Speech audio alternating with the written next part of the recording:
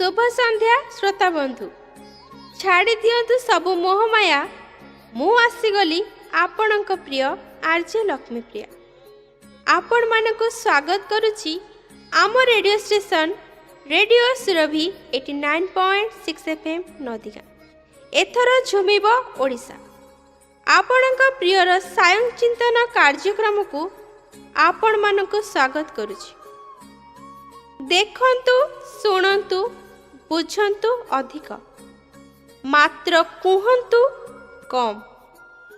आमर शरीर प्रकृतिर सर्वोत्कृष्ट रचना जेउ अंग जेउ तत्व आमको मिलिछि सेही समस्तंकर निज निजर एक वार्ता रहिछि।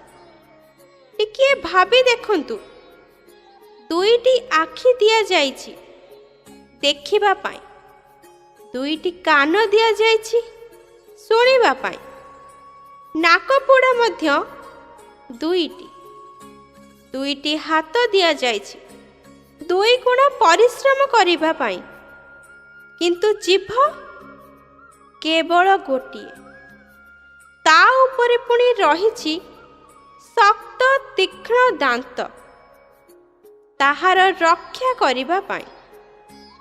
केबे भाबिछंती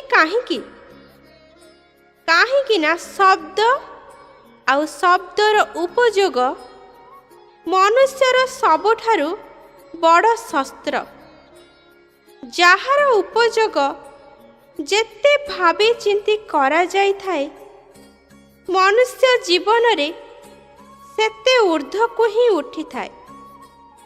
तेबे बुझी पारिले तो देखंतु शुणंतु बुझंतु अधिक मात्र कुहंतु कम।